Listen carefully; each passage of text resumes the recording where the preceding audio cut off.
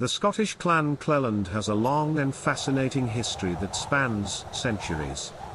The clan takes its name from the lands of Kneland or Cleland in the parish of Dalziel in Lanarkshire, Scotland.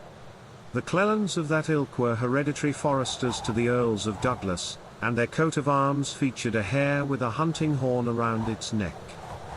The earliest known member of the Cleland clan was Alexander Kneland of that ilk, who was married to Margaret, the sister of the Scottish patriot and independent leader, William Wallace.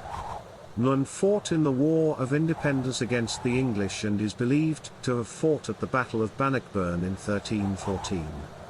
In recognition of his services, he received extensive lands, including some within the barony of Calder in West Lothian. The clan continued to play a prominent role in Scottish history, with members of the clan fighting in major battles, such as the Battle of Flodden in 1513. Alexander Kneland of that ilk and his cousin William both died at Flodden, which was one of the bloodiest battles in Scottish history.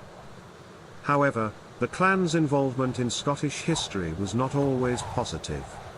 Alexander Kneland of that ilk, who was related to the Earl of Bothwell, the third husband of Mary, Queen of Scots, was implicated in the murder of Lord Darnley, the Queen's second husband, along with other members of his family.